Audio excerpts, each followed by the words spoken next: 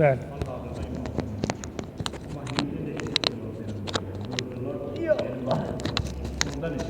Sizi mən heç eşitmədim. Biraz ucadan Bismillah. Peyğəmbərimizin. İxtilaf var. Peyğəmbər özü buyurub ki, mənim adımdan yalan danışanlar çoxalıb. Çoxalıbsa deməli Peyğəmbər deyəni demirlər. Müasir hökmlərdir. İmamətin də dövrü 250 il davam edir bildiyimiz kimi. Hal-hazırda da imamcılar. İndi də mövzular var. Müəyyən mövzuların haqqında indi kimdən də soruşmaq lazımdır. Yeni məhkəmədə soruşur. İndi kimdən, kimi haqq bilər, kimi batil, adicə bir ayın görünməsində müxtəlif baxışlar var. Onda kimi tapaq, əsl həqiqəti, necə tapaq, necə ixtilaf? Tamam, otur hacım. Allah razı olsun. Bir dəqiqə, səbir. Budur səs salam. Ya Allah. Salavat göndərək Peyğəmbərimize.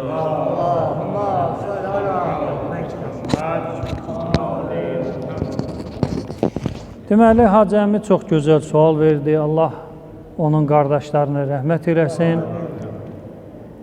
Mömin qardaşı var idi. Allah Taala yerin cənnət qərar versin. Boynunda olan qul haqqını Allah Taala hövlü qüvvəsi ilə azad eləsin. Yerin cənnət qərar versin. Sevdiyi Peyğəmbər və Əhl-i Beytlə bir yerdə məhşur eləsin qiyamət günü inşallah. Deməli, belə bir məsələ Hacı əmi qeyd edir ki, ixtilaf hər zaman olub. Yəni, belə deyək, Adəm yaranandan, əleyhissalam, ta bugünkü günə qədər və hətta qiyamət günü belə ixtilaf nədir olacaq? Mələkələr bəndəyə deyəcək ki, bu işi sən görmüsən, o deyəcək, mən eləməmişəm. Mənə şər atırsınız. Mən belə adam deyildim. Əli danışacaq, Əlinə etiraz eləyəcək ki, axı mən səni yudum, təmizlədim, qışda əlcəkdə saxladım, yayda kölgədə saxladım, krem vurdum, belə elədim, indi sən mənim üzümə durursan. Yəni, əlim də yalan danışır. Yəni, öz əli, öz əyağı insana şahid eləyəcək ki, bu filan günahçın, bax, mənlə getdi filan, məni günahçın istifadə elədi. İtiraz eləyəcək ki, əlim əyağım siz mən limə şəhidtum əleyyə, Quran ayəsidir. Mənim əleyhimə niyə şahidlik eləyirsiniz axı siz? Siz mənim bir tikən, bir parçamsınız, mənim əleyhimə. Yəni, insan özü ilə də qiyamət günü ki, hər şey, yəni elə zərrə söhbəti gedən bir məqamda da insan özü ilə və ətrafını, hamını, Quran ayəsi deyir ki, iftədət. Yəni, fəda verməyə, hamını qurban verməyə hazırdır ki, özü xilas olsun. Yəni, ixtilaf cənnətə daxil olana qədər nədir? Bitəsi deyil. Yəni, Allah Taala Adəm əleyhissalamı xəlifə olaraq yaratdı, ixtilaf başladı. Mələkələr Allah deyəni dedi, cin və onun tayfası Allah deyəni demədi. Rəy, səcdiyə razıyıq, bir qism dedi, yox, mən səcdiyə razı deyiləm. Mən bu şərtlə razıyam, ancaq sənə ona yox. Bax, rəy nə oldu? İxtilaf. Və hətta hesab, kitab belə cəhənnəmə gedəcək, cənnətə gedəcək, orada da nədir? Öz qüvvəsində qalır. Yəni, ixtilafı İmam Zaman ağa zuhur eləyəndən sonra da belə bu fikri ləğv eləmək mümkün olmayacaq. Yəni, insanların mənəmi, mən düzəm, sən səhvsən, mən hamının fövqündəyəm, hamı məndən aşağıdır, mən tələsirəm, mənim işim tələsidir, hamı gözləyə bilər, mən gözləyə bilmərəm, mən əhəmiyyətliyəm, məndən başqası əhəmiyyətsizdir, mən öndə olmalıyam, mən yuxarıda oturmalıyam. Bu şeyləri təbiətdir. Bu təbiəti kəsib atmaq olmur. Bu tərbiyə olunmalıdır. Kim öhdəsindən gəldi xoş halına, amma öhdəsindən gələ bilmədi, əksəriyyət də gələ bilmir. İstər namaz qılan olsun, istər namaz qılan olmasın. Hətta məsələn, həccə gedib ona həcci deməyəndə narahatı, məsələn, birinə, indi bilmirəm bu adam həccə gedib, yazdım Kərbəlayı, Allah qəbul eləsin, Allah yazıb ki, filancı ildə mən həcdə olmuşam. Yəni demir, mən niyə həcci demədim. Yazdı ki, mən filancı ildə həcdə olmuşam. İndi Yəni o onu yazmamalıydı. Ki bilmir daha yaxşı, yükün biraz daha az. Bildi, özün problemə saldı, mənim də ona qarşı fikrimi neynədi? Dəyişdi. Xeyr görmədi adam. Mən ona bir cür baxırdım, Kərbəlayı gözü ilə, o onu yazmaqla öz mövqeyini titrətdi. Yəni ixtilafa son qoymaq mümkün deyil. Bu birinci müqəddimə. Yəni uzun ömürlüdür, davam da eləyəcək. Qismən yüngülləşdirmək mümkündür. O da necədir? Alimlər bir-biri ilə mübahisə eləməlidir. Ay teleskopla görmək və yaxud gözlə görmək. O riyazi hesablama o heç bir babı yoxdur. Riyazi hesablamanın dinə dəxli yoxdur. Riyazi hesablama ilə 2060-cı ilin bayramı bəllidir nə vaxtdır. O riyaziyyətdir, işimiz yoxdur, din deyil. Dinlə müşahidə var. Çünki ayə deyir, mən şəhidə. Şəhidə, şahid, müşahidə. O müşahidə ya gözlə, ya da silahlanmış gözlə. Açı, durbin, teleskop, böyüt, balacalaşdır. İndi sənsən müşahidə eləyən, o teleskop müşahidə eləmir, sən eləyirsən. İndi elmi inkişaf qəbuldur ya yox. İki alim və yaxud iki dəstə deyək, bir dəstə belədir, bir dəstə belədir. Çünki üçüncü rəy yoxdur da ki, yox, riyazi hesablama da qəbuldur, bunu deyən yoxdur. Ya göz, ya teleskop. Bu iki dəstə oturub bir-biri ilə ya özləri, ya da onların elmini bilən şagirdir. Ki, məsələn, ağa yaşlıdır, özü gedib oturub, məsələn, saatlarla, çünki saatları istəyəcək axı bu. Xəstədir, şəkəri var, osu var, busu var, amma onun imtiyazlı bir şagirdi var. Ki, onun bütün fətvalarını nədir? Bilir və fətvanın dəlilini də bilir. Və yaxud heç bilmir. Oturur, ağasından soruşur ki, ağa, sən deyirsən ki, teleskop olmaz. Ləbbeyk. Bizim dəlilimiz nədir? De görüm. Hədis, filan üsul qaydası, filan belə, filan belə. Mən də onun şagirdi olaraq yazıram və mövzunun üstündə işləyirəm. Çünki mən bu əqidədiyəm də özümü haqq bilirəm ki, teleskop batildir. Ağamdan da öyrəndim, hər şey dedi, mən də yazdım, özüm də aradan sıradan biri deyirəm, aliməm, kitabım var, mədrəsəm var, o var, bu var. Özüm də biraz bunları gücləndirdim, ağanın diqqət eləmədiyi mövzuları, mən hazır.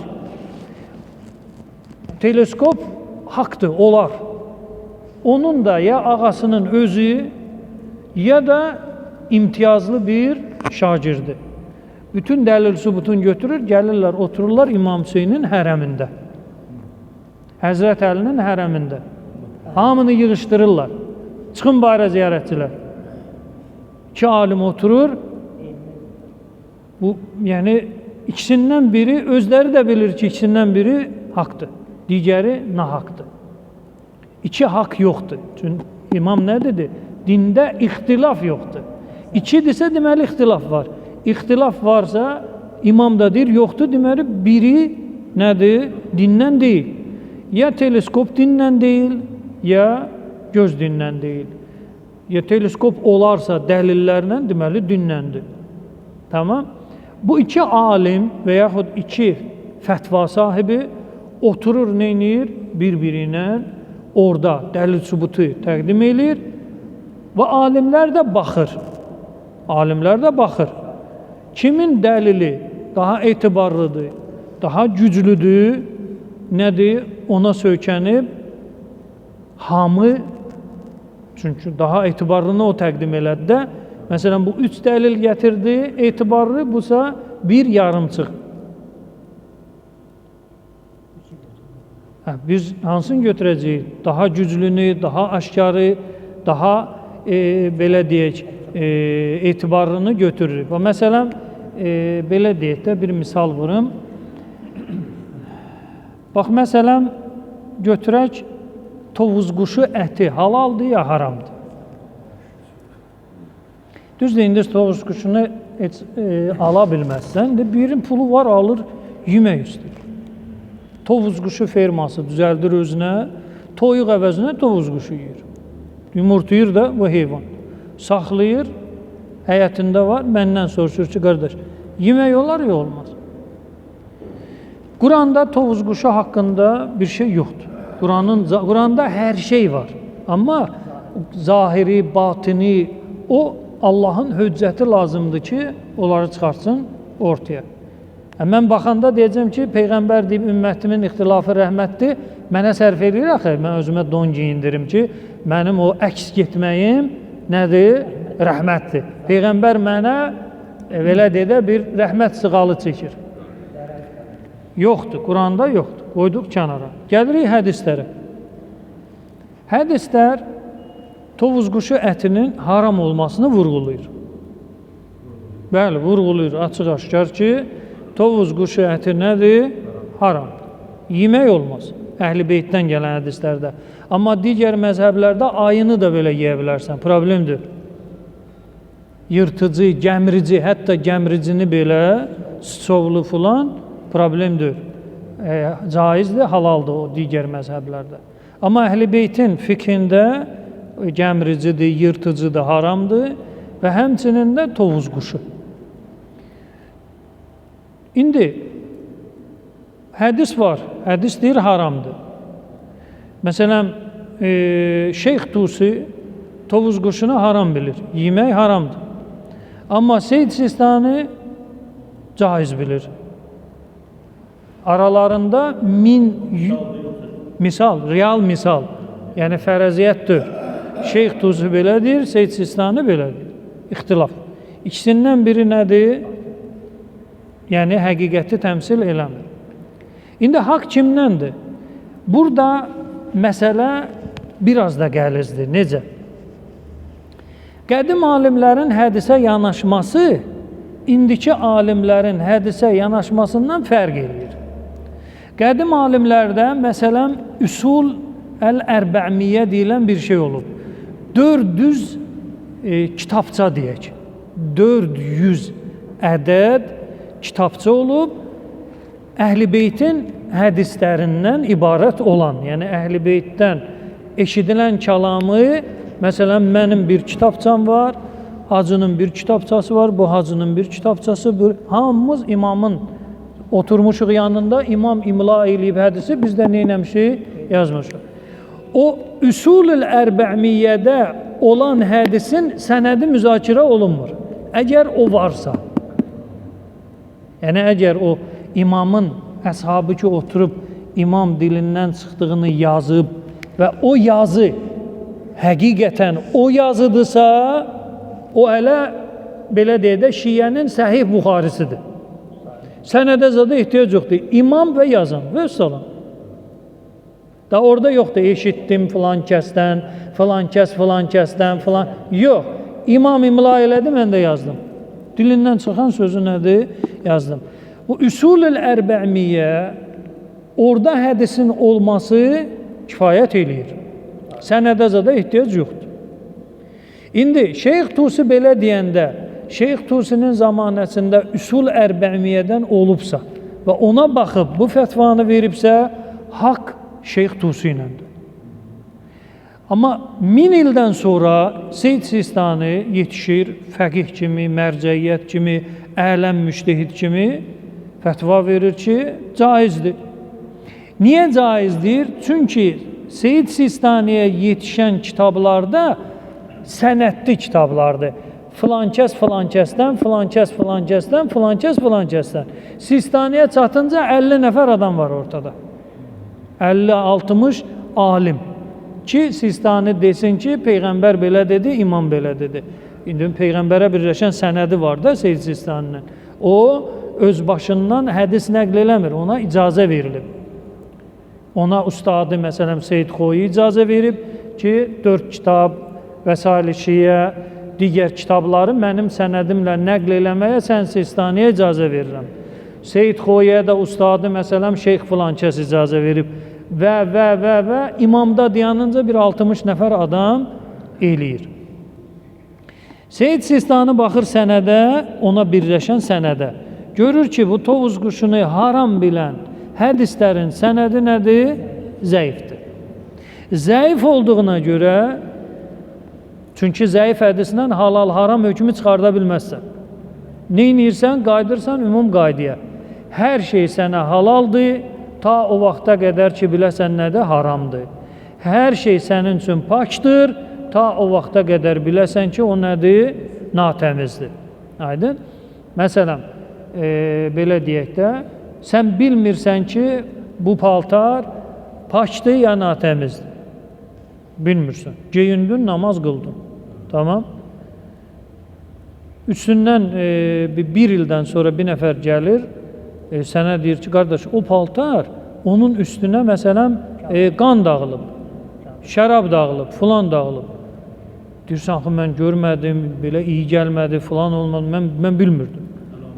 Bu videonu göstərir ki, kişi filan yerdə bu dağıldı üstünə, yuyulmayıb, sübut elədi 100% ki, bu nədir?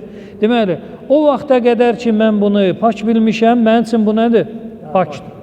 O vaxta qədər ki, mən bunun pak olmadığını bildim, orada hökm nə olur? Dəyişir. Məsələn, bir nəfər Ramazan ayında yadından çıxır, götürür bir kasa bozbaşı, yeyir. Yeyir. Düşün fırçalayır, uzanıb yatanda birdən yadına düşür ki, Ramazan aydı, mən oruc olmalıyam, bu kasa bozbaş, mənim orucum nə oldu? Artıq batıl oldu. Xeyr, batıl olmayıb. Çün sən yaddan çıxıb bilmirsən. Yaddan çıxmaq, yəni bilməmək.